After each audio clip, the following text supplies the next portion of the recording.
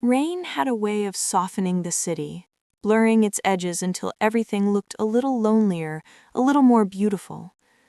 Lila sat curled at the end of her couch, a blanket draped around her legs and a mug cooling in her hands. She wasn't really watching the movie playing on the screen. Her eyes kept drifting toward the door, to the silence behind it. 3 weeks since Adrian left. 21 days of replaying every word of their final fight, every door slam, every breath held too long. She thought she was getting better. She thought the pain had started to lose its sharpness. Until the knock. Soft. 3 taps. The exact way he used to knock when he forgot his keys. Her blood went cold. No, it couldn't be. But when she opened the door, there he was. Adrian. Hair damp from the storm, eyes full of something raw, trembling, barely contained. Her breath wavered. "What are you doing here?" He didn't step inside, didn't move at all, as though crossing the threshold required a permission he didn't deserve. "Lila, I didn't know where else to go." The apartment held its breath as he stepped in. Every object, every shadow remembered him. Lila crossed her arms, not from anger, but from the need to hold herself together. "You left without a word. You just disappeared." His jaw tightened. He looked older, not in age, but in the heaviness he carried. "I know," he said quietly, "and I regret it every day." "Why did you come back now?" "Because," he exhaled shakily, "running made things worse, not better." The truth was in his eyes, swollen, sleepless, unfamiliar. This wasn't the man who walked out. This was the man who broke after he walked out. The memory rose between them, uninvited. They had argued in low, cutting tones, the kind that hurt more for being quiet. It began with something small. It always did. "You shut me out. Every time things get serious, you pull away. I told you, I just need space sometimes. And I need honesty." That's when he snapped. Not loud, not explosive, but with the kind of cold detachment that made her chest collapse. "I can't do this right now." He grabbed his jacket. She grabbed his arm. He pulled away. "Adrian, don't you dare leave like this." But the door had already closed. The echo stayed with her for weeks. Back in the present, Lila's voice was small. "You hurt me, Adrian, in a way that doesn't just fade." His eyes glistened. "I know, and I don't expect forgiveness tonight. I didn't come here for that." "Then what did you come for?" "For truth," he whispered, for once. Something in her chest trembled. "Truth?" she repeated. "You had 3 weeks to give me truth." "I had 3 weeks of being a coward," he admitted. "But I can't be one anymore." He reached into his jacket and pulled out a folded piece of paper. Lila stared. "What is that?" "A letter. I wrote it on the 3rd night after I left. I didn't have the courage to send it." She didn't take it. She couldn't. Her hands felt useless. So he unfolded it himself. His voice shook as he read. "I didn't leave because I stopped loving you. I left because loving you made me feel exposed, and I didn't know how to live with that." Lila shut her eyes. He continued, "I thought distance would protect me from how much I need you. Instead, it made me realize I don't know how to live without you." Lila walked to the window, pressing her palm against the cold glass. "Do you know what these weeks were like for me?" she whispered. "I thought I wasn't enough. I thought I pushed you too hard. I thought I ruined everything." He stepped closer, slowly, like she might break. "You didn't ruin anything," he said. "I did. I let fear control me. Fear of needing you, fear of failing you, fear of hurting you, And then I did exactly that. She turned to him, eyes bright with tears she wouldn't let fall. Why are you telling me this now? Because I realized something. I would rather face everything that scares me than live one more day without the chance to be with you. The vulnerability in his voice cracked something in her. A sound left her, half sob, half laughter of disbelief. Adrian, I don't know if I can trust you again. I know, but I'm here to earn it, as slowly as you need. Lila grabbed her coat. I need air. Can I come with you? She hesitated, then nodded. Outside, the rain had softened into a cool mist. The street glowed with reflected lights, and their breaths puffed in the cold. They walked without speaking for several minutes. Finally, she asked, What made you come back tonight? He answered without hesitation. You. Me? You're the only person I've ever loved enough to be terrified of. The words stole her breath. And I realized, he added, voice steadying, that real love shouldn't run. It should stay, even when it shakes. Her steps slowed. He stopped beside her. Lila, he said gently, tell me what you're thinking. That I want to believe you. Her voice broke. But I'm afraid of you leaving again, of this repeating. He reached for her, then paused, hand hovering inches from her cheek. Can I? He whispered. She nodded.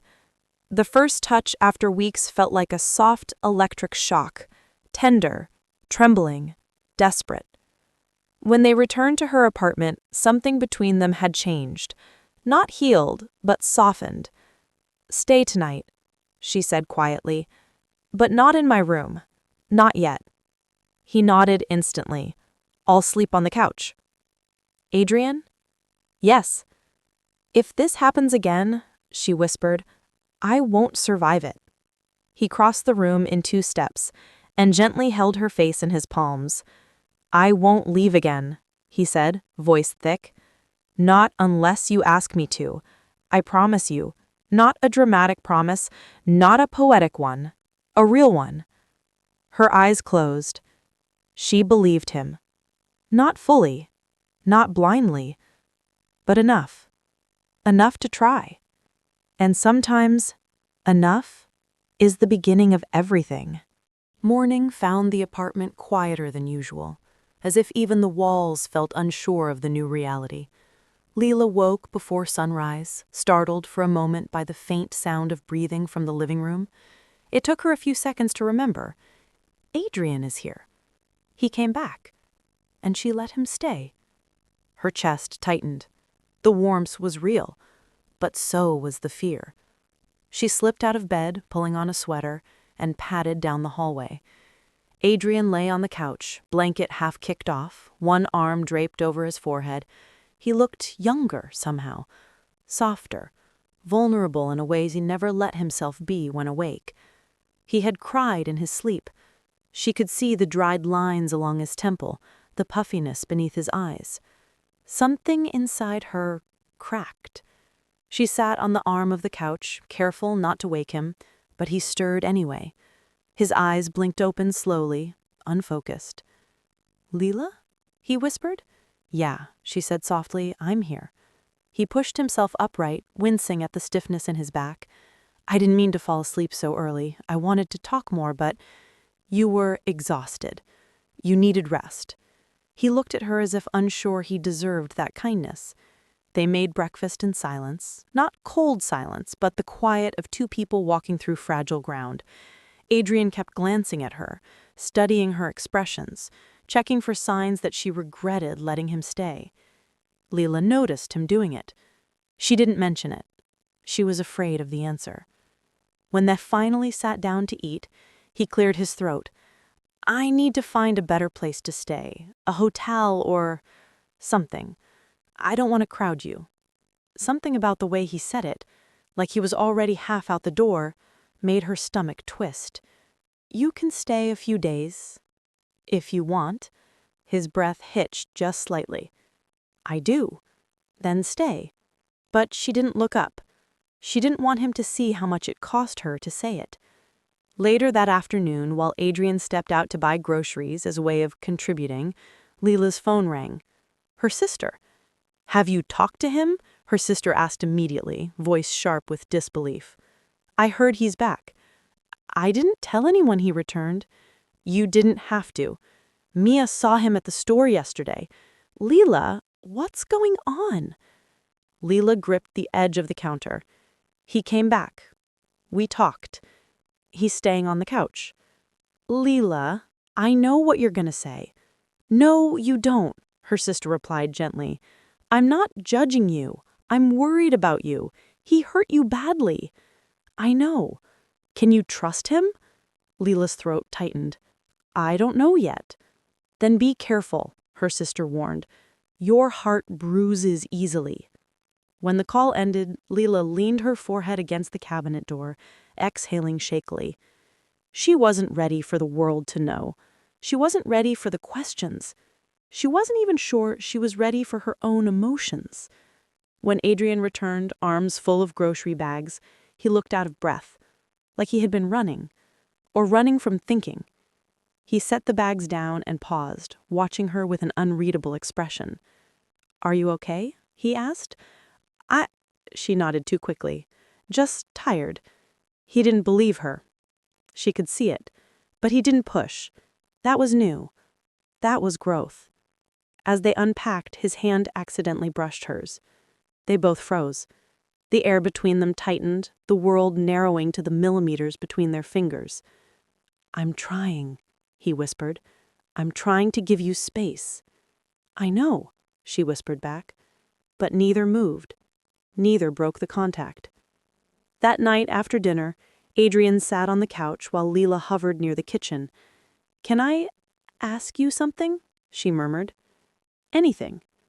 "When you left, where did you go? What did you do?"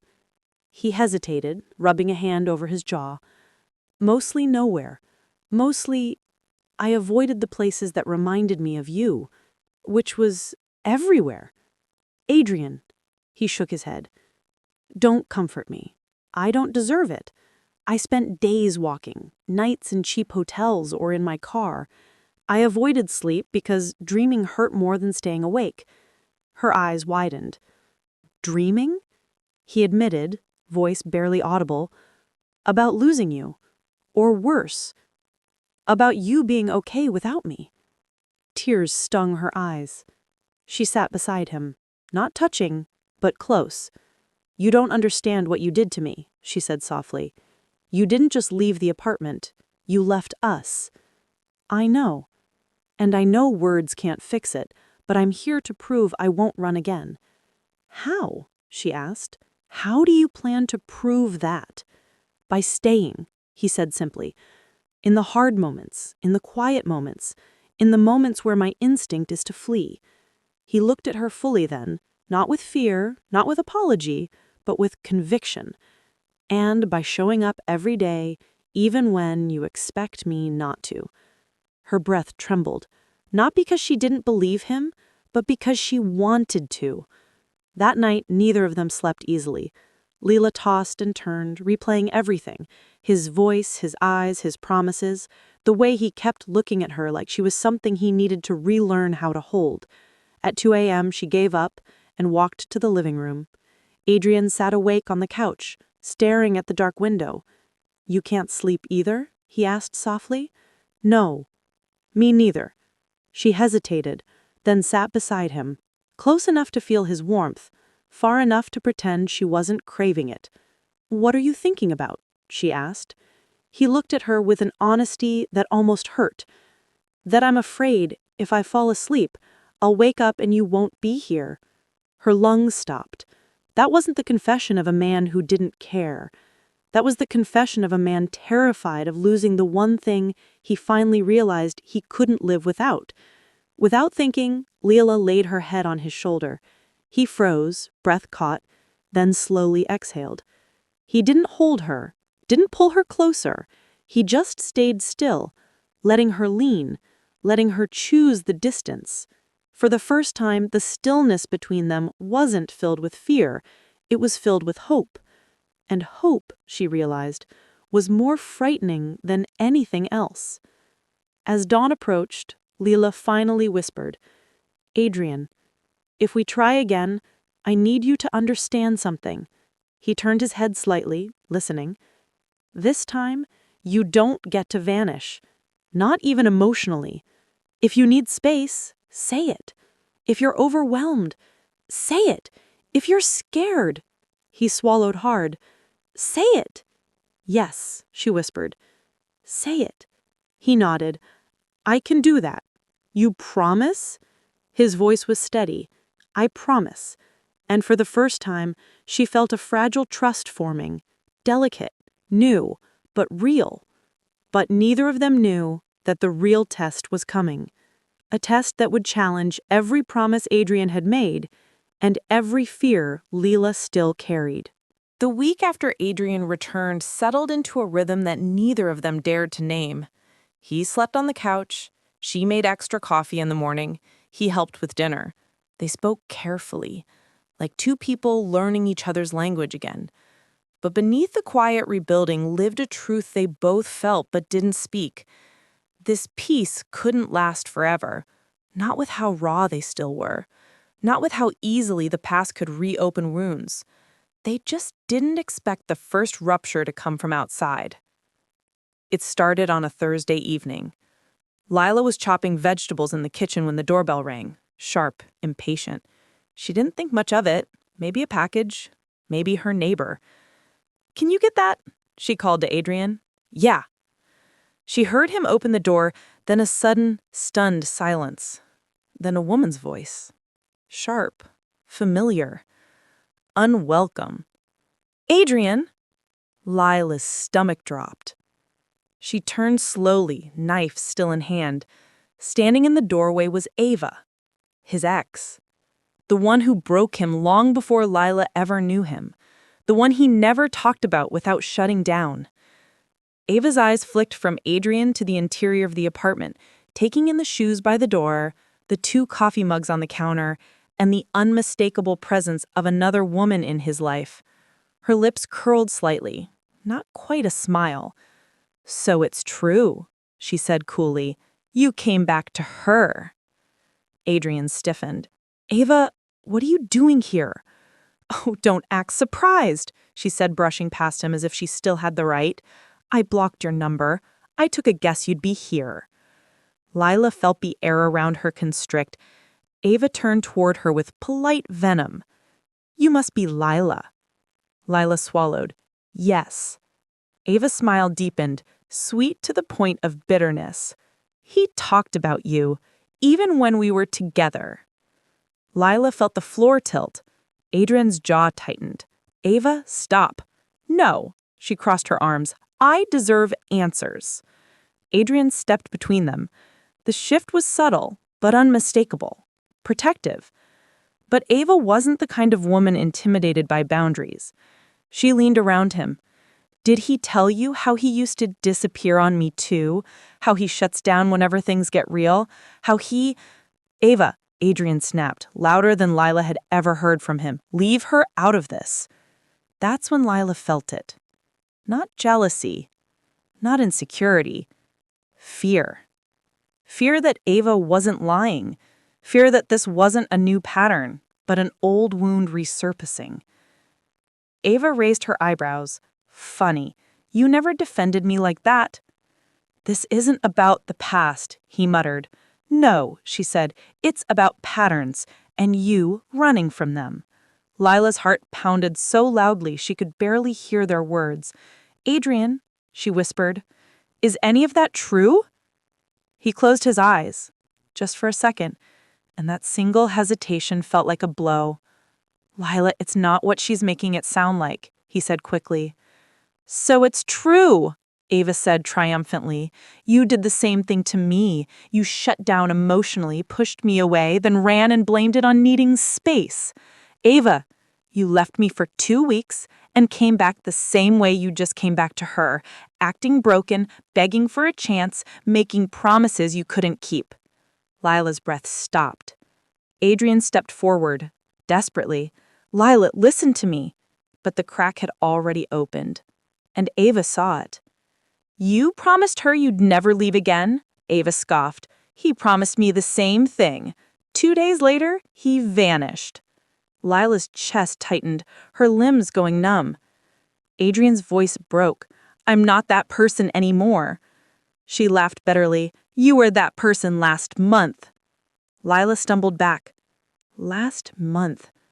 The timeline hit her like a punch. "Adrian," she said quietly, "when exactly did you leave her?"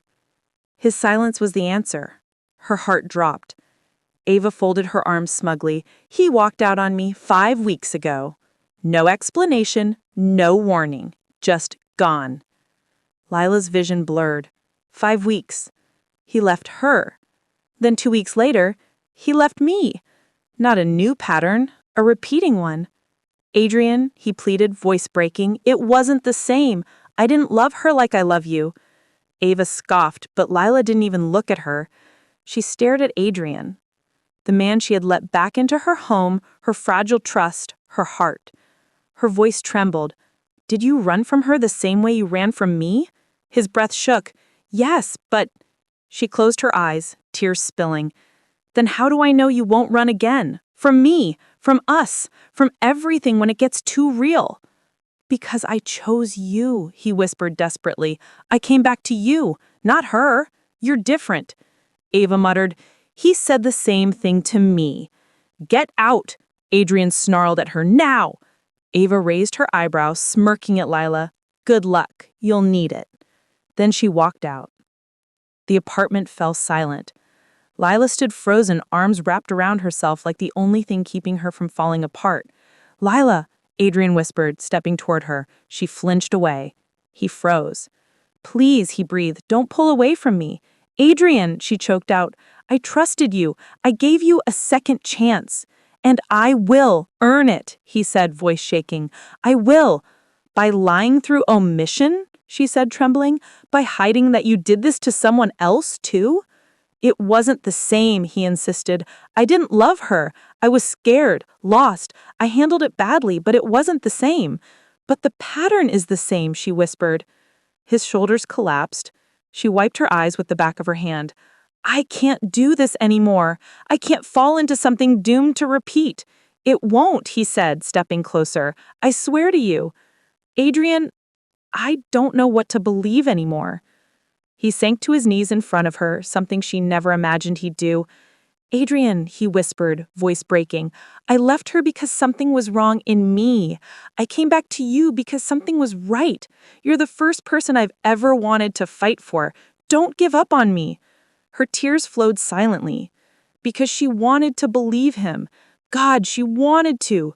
But Ava's words echoed in her skull, poisoning every flicker of hope. "He promised me too." Lila stepped back. Adrian's face crumpled. "Adrian," she whispered, "I need time. Please," he begged, voice raw. "Don't shut me out." She looked at him, broken, desperate, but no longer able to hide from the truth. "I'm not shutting you out," she murmured. "I'm protecting myself." And then she walked past him, into her room, closing the door softly, leaving him alone in the living room, the same place he'd cried alone for weeks before returning. He sank onto the floor, pressing his palms to his face, shaking, because this time, he wasn't afraid of loving her, he was afraid of losing her. And this time, it might not be something he could fix. The next 48 hours unfolded like a pressure cooker set to explode. Daniel didn't sleep. He lay awake replaying Maya's trembling confession over and over, the way she'd said, "I wasn't lying, I was scared."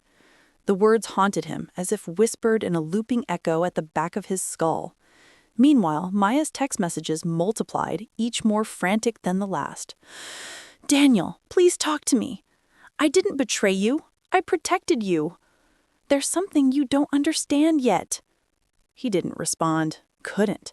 Every time his fingers hovered over the keypad, something clenched in his chest. Hurt, rage, longing tangled so tightly he couldn't breathe. By the third day, the silence between them grew thick enough to choke on. But what neither of them knew was that this silence was about to be shattered in the loudest way possible. Daniel was at work when he heard the laughter first. Two coworkers joking near the printer, the kind of workday gossip that wasn't meant to be taken seriously. Except this time, it sliced him open. "Did you hear?" one of them said. "Eric is getting married next month." Daniel froze. "Yeah," the other replied casually. "He and his girlfriend finally went public about it. They look happy." The room blurred. A cold shock spread across his spine. Girlfriend? Public? Married? He stepped out, walked straight to the bathroom, locked the door, and pressed his palms against the sink. The fluorescent light above him flickered as if mocking. Eric was getting married. And there was only one woman he had ever introduced as someone serious. Maya. His heart thrashed in his chest. Had she lied to him again? Had she run right back into Eric's arms the moment Daniel shut the door on her? He opened his phone, scrolled, searched. There it was, a blurry picture posted by a mutual acquaintance on social media. Eric standing with Maya, her head tilted shyly, his hand holding hers. A caption beneath. "Happy to see these two finally make it official." Wedding loading. His knees nearly buckled. He stared at the screen until his vision swam. All the hurt he'd been holding back erupted into something darker, something explosive. He didn't drive. He charged through traffic like a man possessed. He didn't call, didn't warn her, didn't think. He just went. By the time he reached Maya's apartment building, rain was pouring in sheets so thick the streetlights blurred into gold smears. His clothes soaked instantly, but he climbed the stairs 2 at a time. He pounded on her door. "Maya, open up!" Inside he heard footsteps, quick, hesitant. The lock turned. The door opened, and there she stood. Her eyes widened at the sight of him, drenched, breathless, storm in his chest spilling out onto his face. "Daniel?" she whispered. He didn't step inside, didn't greet her, didn't smile. He held up his phone. "Are you engaged to him?" Maya's expression flickered. Shock, then confusion, then something like fear. No, Daniel, absolutely not." "Then what is this?" he snapped, shoving the phone toward her. Her eyes scanned the picture. Her hands flew to her mouth. "Oh my God! That wasn't supposed to be posted." "So it's true?" he said, low and cracking. "You didn't just lie to me before. You're lying now." "No!" Maya's voice broke. "Eric told his friends we were back together because he wanted to—" "To what?" Daniel cut in, stepping closer. "To claim you? To make it look like you're his again? And you let him?" Her shoulders flinched like he had struck her. "I didn't let him," she whispered. "He's been manipulating the narrative because he wants control. I was going to tell you." "Oh, great. More secrets." Maya's jaw trembled. "You think I would marry Eric? After everything he did to me? After what we shared?" The word shared pierced him, but he forced himself to stay cold. "I don't know what to think anymore," Daniel said. "Every time I feel myself trusting you, something else crashes down." Maya wiped at her cheeks. "If you walk away now, you're walking away from the truth. And from me." He swallowed hard. He hated how much power she still had over him. "Tell me the truth then," he said. "Right here, right now." She closed her eyes and whispered. "Eric and I were never supposed to be real. I was hiding from someone, and he offered me protection in exchange for a relationship on paper. I was never in love with him. I never could be." Daniel stared at her.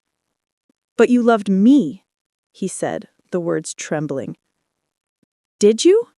She looked up, and for the first time, her voice didn't shake. "I love you. Not past tense." Something broke inside him, something he'd been holding shut with every bit of strength he had. and the walls came crashing down. Before he could think, he pulled her into him. Their lips collided, sharp, desperate, angry, tender, every contradiction in their hearts smashing together. Maya gripped the back of his neck like he was the last warm thing in a freezing world. Rain dripped from his hair onto her cheeks. Her breath hitched. His hands trembled on her waist. For a heartbeat, they forgot everything. Eric. The lies. The wounds. It was only them. Their storm. Their fire. Until a voice behind them sliced through the moment. It said coldly, "Well, isn't this beautiful?" They froze. Daniel turned.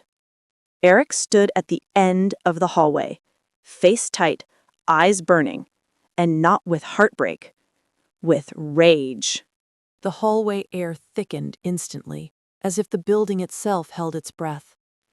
Daniel's arm was still around Maya's waist, her fingers were still curled into his shirt, and Eric stood perfectly still, water dripping from his umbrella onto the floor like the slow tick of a bomb. His jaw flexed, his eyes, usually playful, easygoing, looked like polished steel. "Get your hands off her," he said quietly, not shouting, not dramatic, cold, dangerous.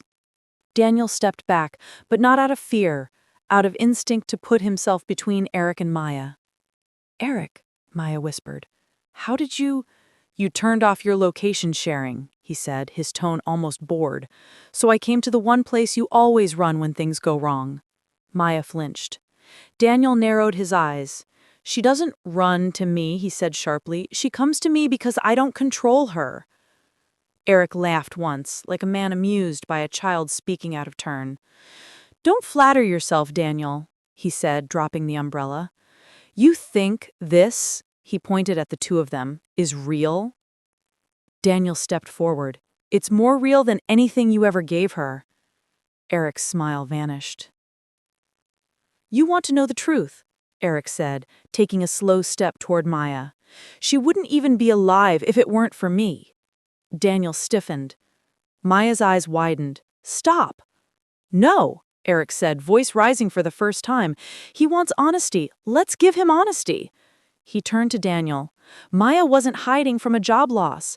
She wasn't hiding from a messy breakup. She was hiding from someone who wanted to destroy her family business. Someone who threatened her life after she refused to launder money for him. Daniel stared at Maya, stunned. "You told me someone hurt you, but you never said why." Maya swallowed. "Because I didn't want you involved. I didn't want you in danger." Eric continued, almost triumphantly. "So I stepped in.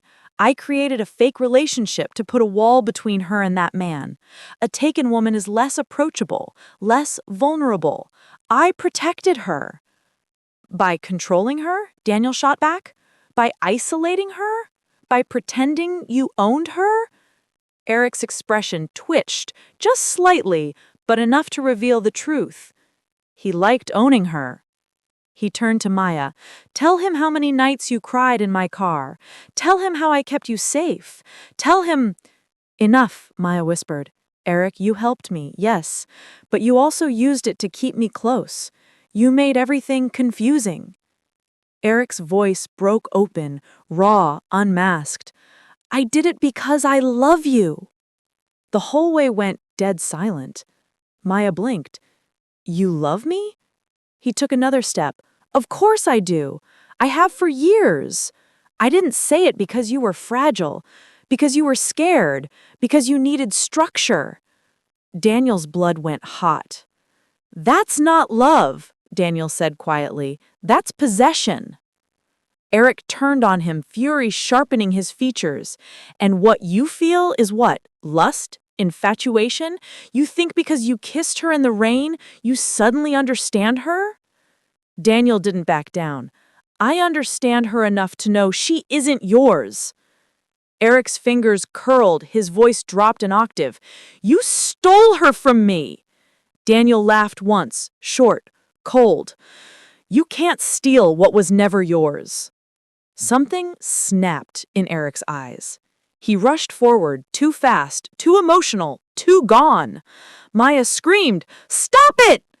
Daniel was ready. He grabbed Eric's arm mid-swing, twisting it back. Eric shoved him. Daniel shoved harder. Years of unresolved tension erupted into physical chaos. The three of them stumbled into Maya's doorway, crashing into the wall with a heavy thud. Eric swung again, wild, not calculated. Daniel dodged. "You don't deserve her," Eric spit out. "She's fragile. She needs stability." "Then why is she choosing me?" Daniel fired back. "She isn't!" Eric roared.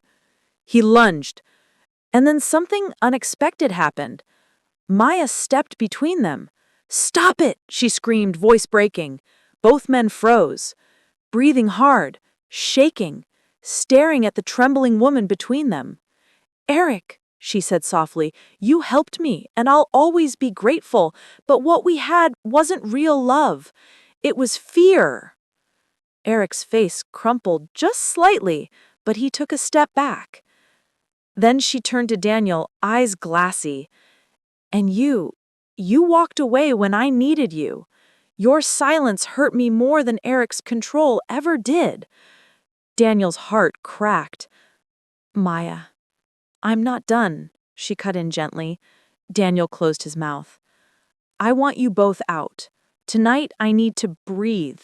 I need space. I need to stop surviving and start thinking." Eric stared at her for a long moment. Then he wiped his face, whispered, "I would have given you everything," and walked away down the hall. Daniel stayed rooted in place, soaked in rain and guilt. Maya looked at him, eyes tired, wounded, longing, confused. "Daniel?" she whispered. "I love you, but love without trust is a slow death, and I can't die again." The words hit him like a burning arrow, straight to the chest. "Maya?" "I'm sorry," he said softly. "I'm so sorry." She nodded. "I know. But tonight, please go." He hesitated. "Will you call me?" he asked, voice fragile. She didn't answer. She just closed the door. Slowly, quietly, until only the rain-filled silence remained. Maya didn't sleep. Not for 1 minute. After the door closed behind Daniel, she slid down against it and stayed there. Knees pulled to her chest, arms wrapped tight, breath shuddering in uneven bursts. The apartment felt too quiet, too wide, too full of echoes from all the versions of herself she'd tried to outrun. For hours she stared at her phone, waiting for it to light up. A message, a call, a knock on the door. Anything. But the silence held. It was the kind of silence that hurts. By morning she felt hollow. She forced herself to stand, forced herself to shower, forced herself to take deep breaths until her pulse leveled. She had asked for space. Now she had it, and it terrified her. Her eyes drifted to the old folder tucked on the top of her bookshelf, the one she had avoided touching for months. Inside it was everything she'd been running from. She reached for it with trembling hands. Inside were photos, documents, threats, bank statements, all stamped with the name of the man who had once run her family's import business like a silent puppeteer. Victor Hale. A man whose charm could fill a room, whose generosity had fooled her father, whose charisma had seduced investors, and whose crimes nearly destroyed all of them. The last page was the worst. A printed screenshot of a text message she'd received the night before she ran. "You talk, you disappear. Choose wisely." She swallowed hard. "This has to end," she whispered to herself. Across the city, Daniel sat in his car outside his apartment, gripping the steering wheel like it was the only thing keeping him upright. He had barely made it home after Maya pushed him away. Her words kept replaying. Your silence hurt me more than his control. He didn't realize how badly that would cut. Because she was right. He had abandoned her in that moment of truth, not out of cruelty, but out of fear. Fear of being wrong. Fear of being hurt. Fear of loving someone who came with too many shadows. He rubbed his face, exhausted. His phone buzzed. For a split second, hope flared in his chest. Maya? But it wasn't her. It was Eric. A single text. Come to the pier. We need to talk. About Maya. Daniel stared at the message. He didn't trust Eric. Didn't like him. Didn't owe him a damn thing. But something in the wording, sharp, final, made Daniel's stomach twist. Against better judgment, he drove. The pier was almost empty when Daniel arrived. Wind whipped against the metal railings, boats rocked softly in the water. Street lamps cast broken patches of gold across the dark waves. Eric stood at the edge, hands shoved in his coat pockets, staring out at the water like it held all the answers he'd lost. Daniel approached cautiously. "What do you want?" he asked. Eric didn't turn. "She's in danger," he said quietly. Daniel stiffened. "Because of you?" "Because she let someone like you in." Eric replied, voice raw. "Now she's vulnerable."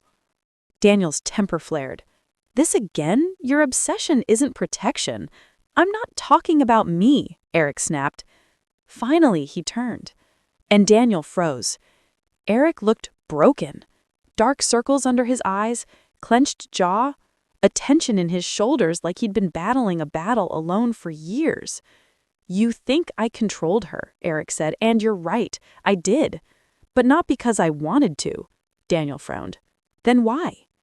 Eric dragged a shaky hand through his hair. "Because the man she's running from doesn't respond to reason, or threats, or police reports." He exhaled hard. "The only language he understands is leverage and proximity. If she looked taken, protected, connected, he backed off." Daniel blinked. "You're telling me Victor Hale is still watching her?" Eric nodded. He never stopped. The wind whipped between them like a warning. Daniel's jaw clenched. "Then why didn't you tell me any of this sooner?" Eric laughed without humor. "You? You'd have run the second you heard his name. You're not built for this kind of danger." Daniel stepped closer, slow, steady, angry. "You don't know what I'm built for." Eric's voice softened. "I know you love her. That's why I'm telling you this. Maya thinks she can face this alone. She can't. Not this time." Daniel swallowed hard. "What do you want me to do?" Eric looked him dead in the eyes. "Don't make the same mistake twice." A beat. "Don't leave her alone." Meanwhile, Maya was gathering the documents on her kitchen table, sorting them into piles like she was building a shield out of paper. She didn't hear the first knock. Or the second. But the third. It wasn't a knock. It was a slow, deliberate drag of knuckles across the wood. Her blood turned to ice. Someone was outside her door. She approached quietly, heart hammering against her ribs. "Maya," a voice murmured. Smooth, confident, too familiar. She froze. "Victor Hale. I know you're in there," he said softly. "Open the door. We need to talk." Her whole body trembled. She took a step back. Then another. Her hands shook violently. Victor's shadow shifted under the doorframe. "Maya," he repeated, voice silky, "don't make this difficult." She stumbled back towards the kitchen, towards her phone. Her fingers fumbled over the screen. Then, a message popped up. "Daniel, I'm coming over. Right now." She barely had time to react before the doorknob began to turn. Maya gasped. "No! Oh God, no!" The door clicked. Then, slowly, it began to open. The door creaked open with a soft, sickening slowness, as if the universe were savoring the moment Maya's fear became real. A tall silhouette filled the doorway. Victor Hale. Perfectly composed, cologne drifting in with him, suit, flawless, like he wasn't breaking into someone's life, but stepping into a meeting he already owned. "Maya," he said softly, "you look tired." Her breath hitched. "Victor, you can't be here." He stepped inside anyway. "Of course I can." He closed the door behind him with a quiet click. The click of a trap. Victor glanced around her apartment, hands in his pockets, as though appraising a hotel room he'd consider buying. "You've been busy." He glanced at the documents spread on her kitchen table. "Trying to rebuild a case against me?" Maya swallowed. "There is a case." He smiled. "Not one that will ever reach court." His eyes softened in a way that made her skin crawl. "You should have stayed quiet," he said, almost regretful. "We had an understanding." "No, you had an understanding," she whispered. "You disappeared," he continued, wandering closer to the table. "That was rude. After everything I did for your father." "You destroyed my father," she snapped. Victor paused, and for the first time, the mask slipped. "Your father destroyed himself," he said sharply. "I just expedited the process." He moved closer. Too close. Maya's pulse undered. "You should have taken my offer," he murmured. "Let me fix your life, keep you safe." But instead, he touched one of the papers lightly. "You ran." Maya backed up until she hit the counter. "Stay away from me." Victor tilted his head. "You used to be braver." Her hands trembled. "Not this time," she whispered in her mind. "Not tonight." Across the city, Daniel drove like a man outside his body. Red lights, green lights, horns, none of it registered. He kept hearing what Eric told him. Don't make the same mistake twice. Maya's building appeared at the end of the street. Rain still glistened on the pavement. He parked crooked, barely shutting the door before he sprinted toward the entrance. He didn't even ring the bell. He ran up the stairs 3 at a time. And then, halfway up, someone grabbed his arm. Daniel spun. "Eric?" Eric looked out of breath, frantic. "You think I would let you go alone?" he said. "Victor's unpredictable. If he's at her place, she needs backup.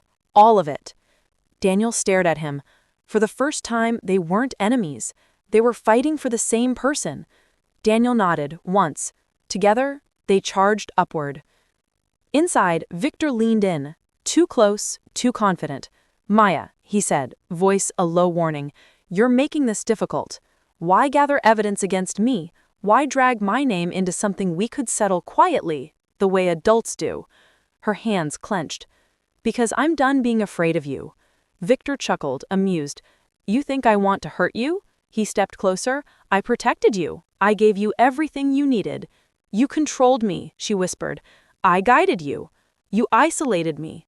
I kept you safe. You destroyed my family." Those words came out like a scream ripped from the center of her chest. Victor stopped smiling. "I didn't destroy anything," he said quietly. "I simply removed a man who thought he could cheat me, and you should be thanking me.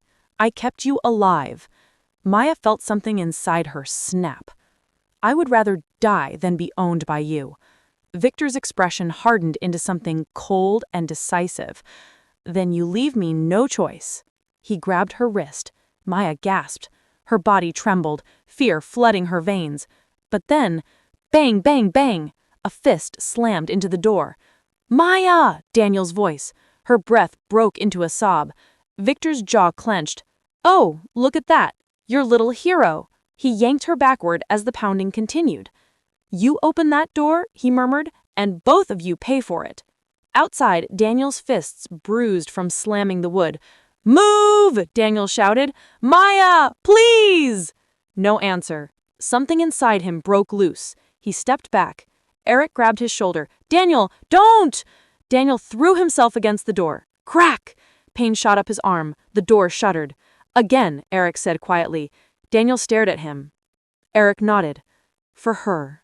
Daniel backed up again. Together, they rammed the door. Bam! Wood splintered. Victor's eyes flicked to the shaking door. He cursed. Maya seized the moment. She twisted, shoved Victor's arm and stumbled away, just as the door burst open. Daniel flew into the room first, Arik right behind him. The three men locked eyes. Victor, Eric, Daniel. 3 different pasts, 3 different loves, 3 different claims on one woman's safety. Victor straightened his jacket calmly. "Well," he said, smiling thinly, "this is crowded." Daniel stepped in front of Maya, shielding her. "Don't take another step," he warned. Eric positioned himself slightly to the side, a triangle of tension sharp enough to cut steel. Maya pressed her hand to her chest, trying to breathe.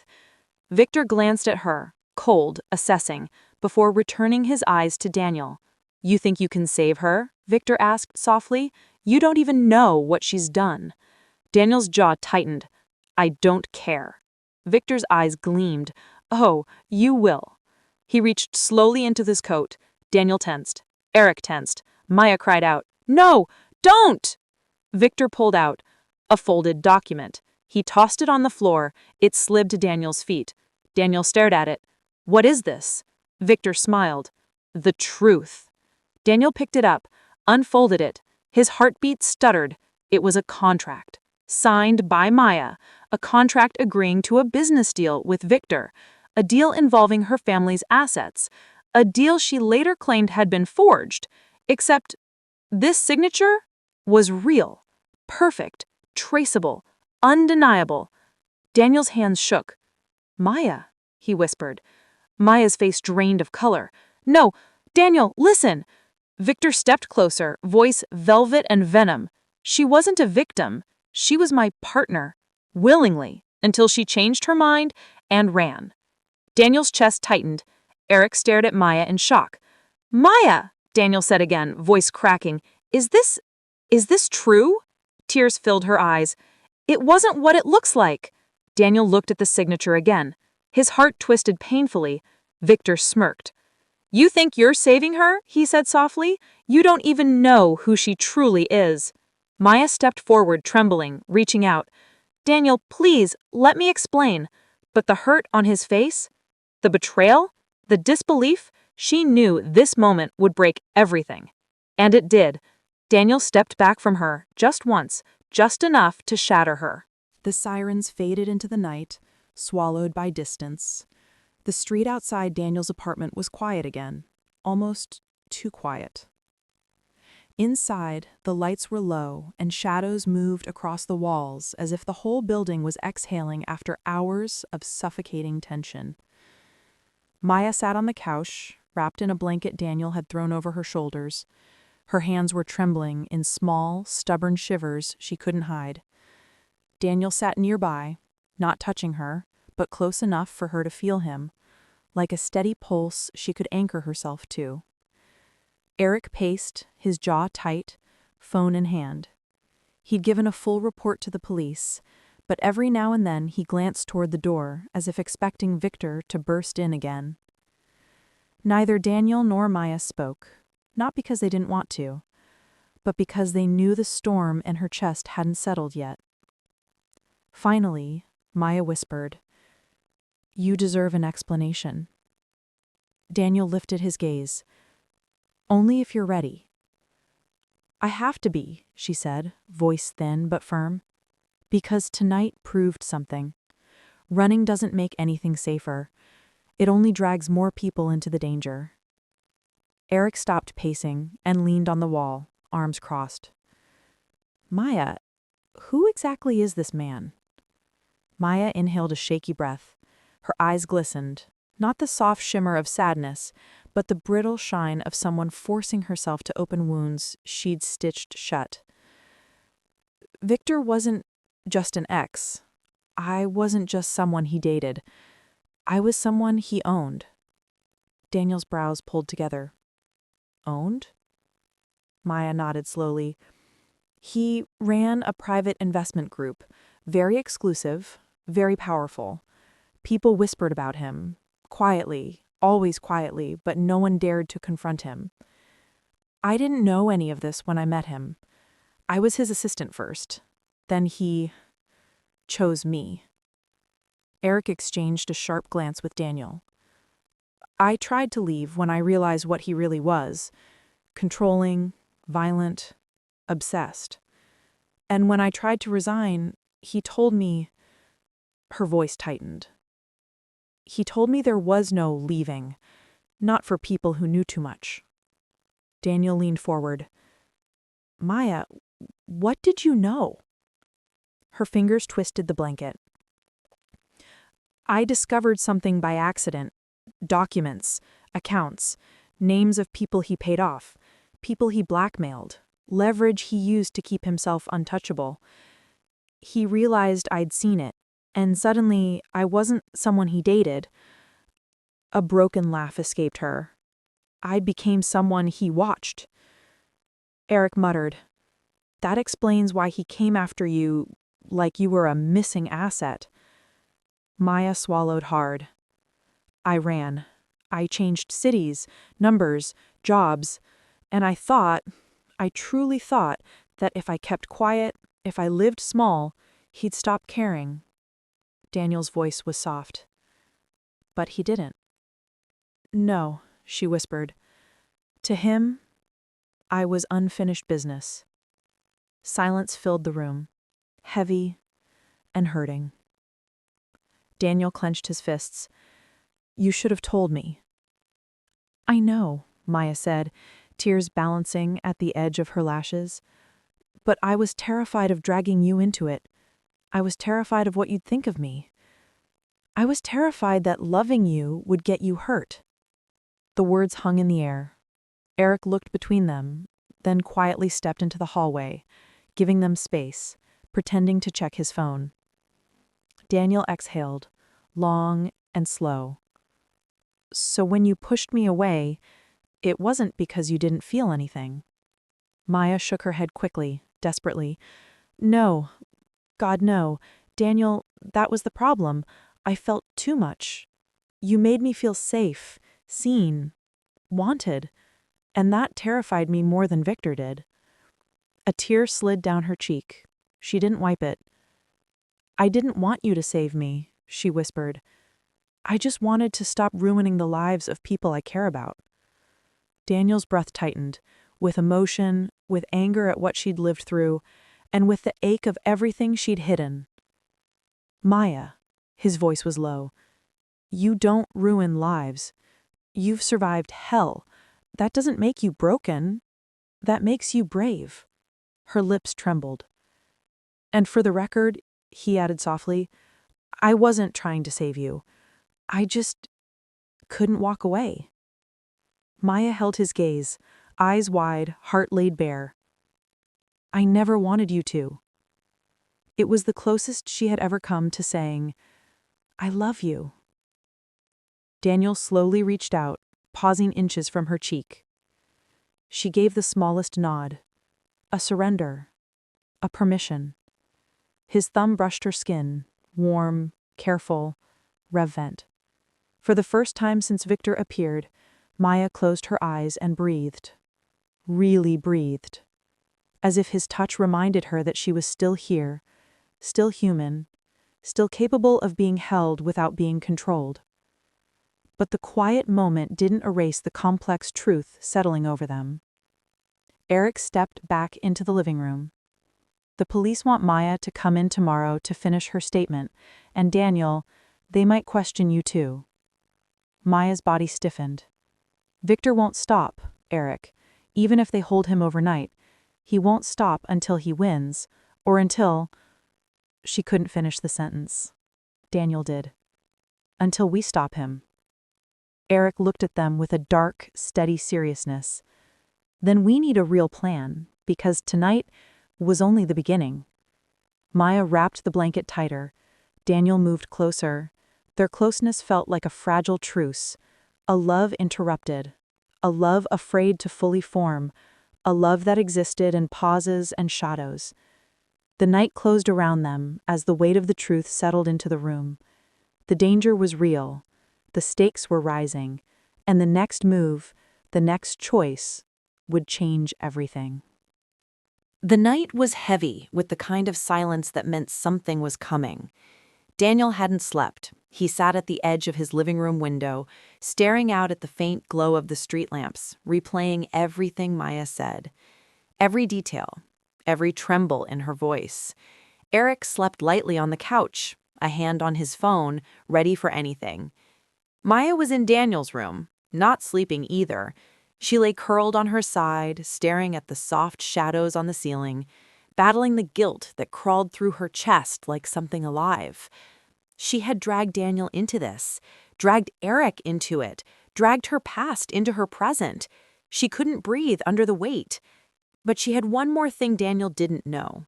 One piece she had kept buried even during her confession. And tonight, it was coming for her. A soft knock broke the stillness. Daniel was on his feet instantly. Eric followed, hand at his belt as if expecting danger. Maya emerged from the hallway, her silhouette small, fragile. Daniel approached the door cautiously, checked the peephole, and froze. "It's a woman," he whispered. Eric stepped closer. "Who?" Daniel slowly opened the door just enough to reveal a tired-looking woman in her mid-30s, eyes red, hair pulled into a messy bun, clutching a folder to her chest like a lifeline. She looked shaken, almost haunted. "Maya?" she breathed when she saw her. Maya gasped. "Elise?" Daniel turned. "You know her?" Maya nodded slowly. "She used to work for Victor. Before me." Elise's voice trembled. "I shouldn't be here. If he finds out, I'm dead. But you need to know. All of you need to know what's really happening." Eric ushered her inside and shut the door immediately. Elise clutched the folder like it was radioactive. "Maya," she whispered, "Victor isn't just after you because of what you saw. He's after you because you found something tied to one of his oldest crimes, something he covered up years ago, something that could bring his entire empire crashing down." Maya frowned. "I told Daniel. The blackmail files, the accounts?" "No, not just that. You found the Adrian dossier." Daniel's heartbeat stumbled. Maya stiffened. "How do you know about that?" "Because I handled it before you," she whispered. "I was the one Victor forced to compile everything. The bribes, the fabricated charges, the manipulated investors, the media smear he orchestrated through his contacts, the reason Adrian lost his family's company, the reason his life fell apart." Daniel blinked. "Adrian?" Eric's brow furrowed. "Who is Adrian?" Elise looked at them with a shaking breath. "Adrian Vale," she said softly. "The man whose life Victor destroyed so he could absorb the company through shell investors. The same man whose collapse made headlines for years. The same man Lila Santos tried to investigate before Victor shut her down." Daniel felt the air thicken. Lila Santos. Adrian Vale. Names from a story he'd seen unfold from a distance. He never knew the man behind it all. He never knew Victor was the ghost responsible. Maya sank into a chair, hands trembling. "I saw the files, but I didn't understand the connection." Elise nodded. "Victor doesn't care about you running away. He cares about those documents. If anyone ever links the collapse of the Vale Empire back to him, everything he built crumbles. All his protection disappears." Eric exhaled through his teeth. "So this is bigger than obsession." "It always was," Elise whispered.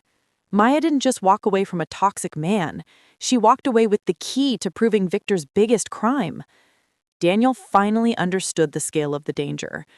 "You mean," he said slowly, "the same man who destroyed Adrian's life is now trying to destroy Maya's?" Elise nodded. "And he won't stop, unless you do something he never expects." Daniel tensed. "Which is?" Elise looked directly at Maya, then at Daniel. "You expose him first." Silence strangled the air. Maya's voice cracked. "Elise, he'll kill us. He'll kill you anyway. But if you go public, if you release the files, if you let the world see what he's done, then he can't silence you without revealing himself." Eric swore under his breath. Daniel stepped forward. "Where are the documents now?" Maya hesitated, then pointed to her bag on the table. "They're in there. I never knew how big it was. I never knew Adrian's life was tied to mine." Daniel placed a hand on her shoulder, firm, protective. "You're not fighting this alone," he said quietly. She looked up at him, her eyes wide, exhausted, softening with something like relief, like heartbreak, like love she wasn't sure she deserved. "But Daniel," she whispered, cracking, "if we release this, everything changes. For all of us." Daniel didn't look away. "Good," he said. "It's time something changed." Elise opened her mouth to speak again, but the sound was cut off by a sudden, violent bang against the door. All three of them froze. Eric reached instinctively for a lamp. Daniel pulled Maya behind him. Eric stepped forward like a soldier ready to make his last stand. The last betrayal had arrived. The final confrontation was seconds away. And in the shadows behind that door, Victor held the truth that would shatter everything. The banging stopped. That was somehow worse.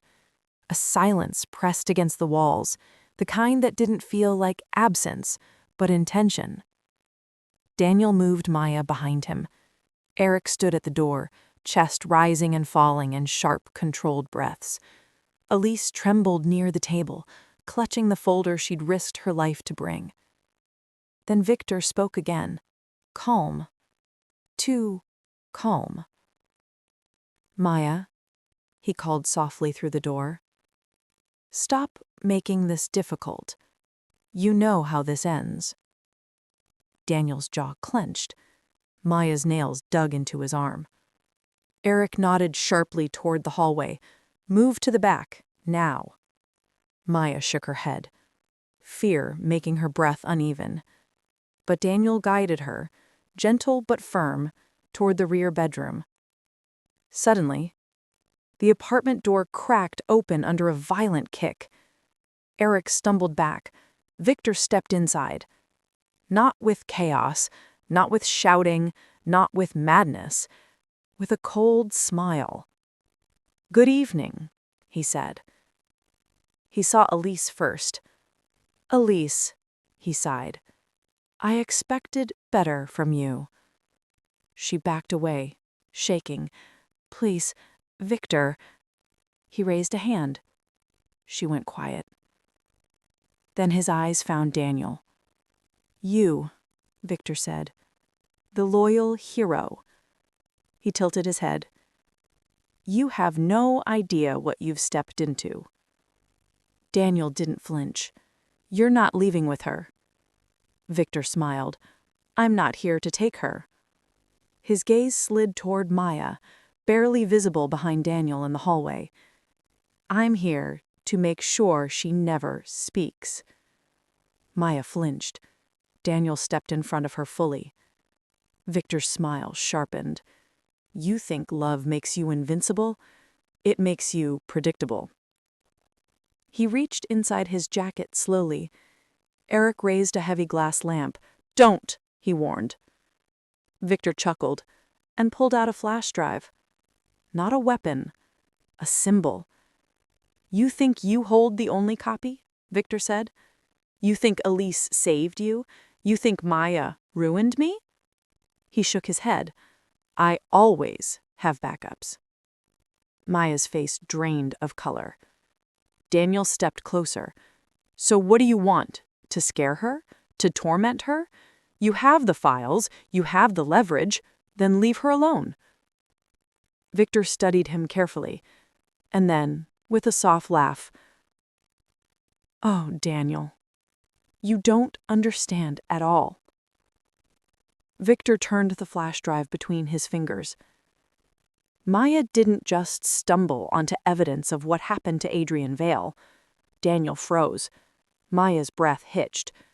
She didn't accidentally open the dossier. She was given access, trusted with it. She worked with me on everything. The bribes, the shell investors, the smear campaign. Maya gasped. "That's not true."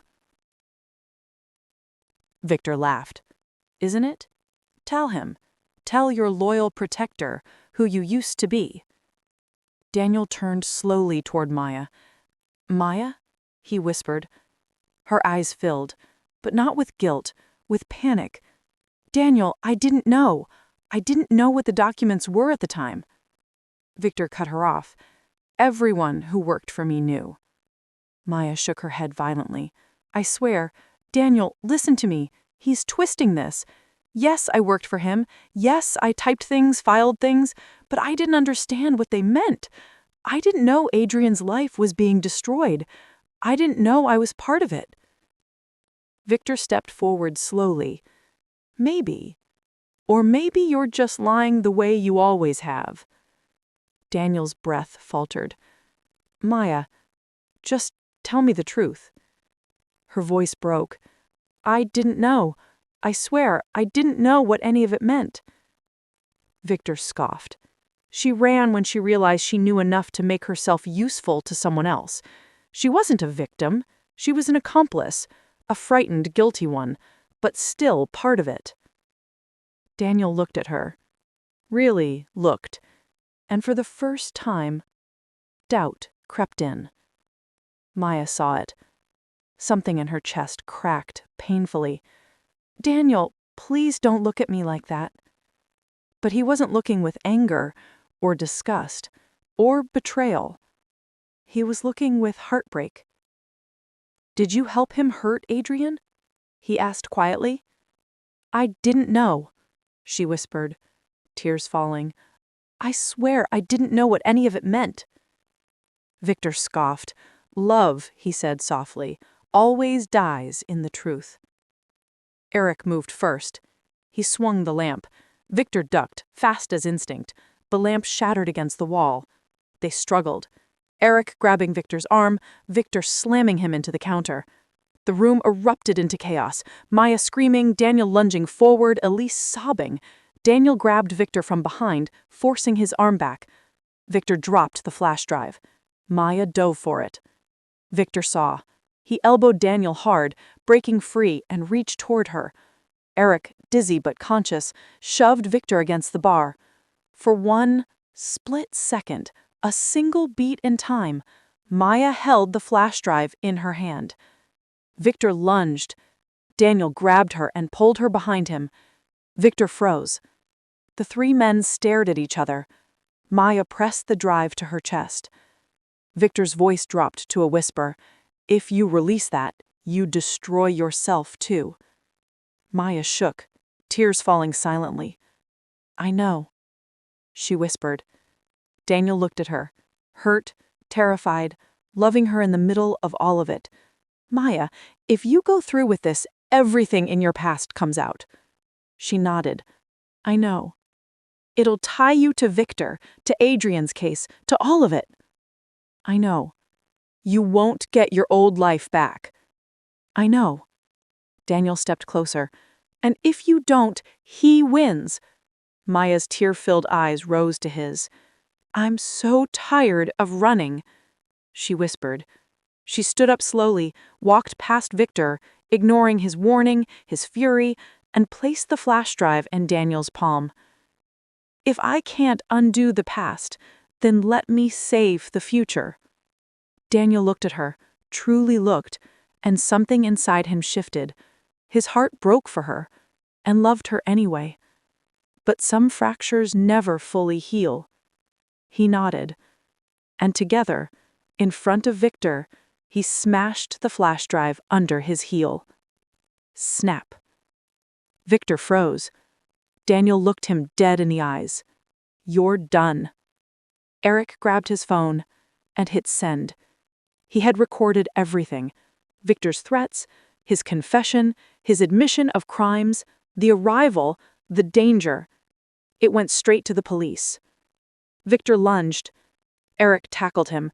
Sirens wailed. The hallway flooded with officers moments later. Victor was dragged out, screaming Maya's name, screaming he would return, screaming they didn't understand anything. But it was over. Legally. Publicly. Irreversibly. Maya crumpled against the wall, shaking with relief and devastation. Daniel caught her, held her, but his eyes were distant. Weeks passed. Victor was in custody, awaiting trial. The media storm exploded, exposing years of hidden corruption. Adrian Vale's name was cleared. Lila's old investigation resurfaced and was finally vindicated. Maya was contacted for statements, for interviews, for testimony. She declined them all. One evening, she stood outside Daniel's apartment. Nervous, hopeful, heartbroken already. Daniel opened the door slowly. "Hey," he said softly. Maya swallowed. "Can we talk?" He nodded, let her inside. The apartment felt smaller than before, more fragile. "I wanted to thank you," she said, voice trembling, "for everything you did, for saving my life, for believing in me even when things got messy." Daniel's eyes softened. "Maya, she know we haven't talked since the trial started," she whispered. "I just needed to see you." Daniel took a long breath. He loved her. He knew that. But some truths leave scars. "I care about you," he said quietly. "That hasn't changed." Her lip trembled. "But," she whispered. Daniel looked at the floor. "I don't know how to move forward with everything. Not yet. Maybe not for a long time. Maybe," he hesitated, "maybe ever." Maya blinked through tears, slow, quiet, accepting. "I understand," she whispered. And she did. Because healing doesn't always mean staying. Maya stepped closer, touched his cheek with gentle finality. "You were the one good thing that came out of all that darkness. I'll never forget you." Daniel swallowed hard. "And I'll never forget you." She kissed his cheek, soft, warm, full of goodbye. Then she left. The door closed softly behind her. Daniel leaned against the wall, eyes wet, heart aching. Outside, Maya walked into the evening light, finally free, but carrying the weight of her past and the quiet grief of losing the man she loved. Not all love stories end with happily ever after. Some end with survival, with courage, with letting go, and sometimes that's the most powerful ending of all.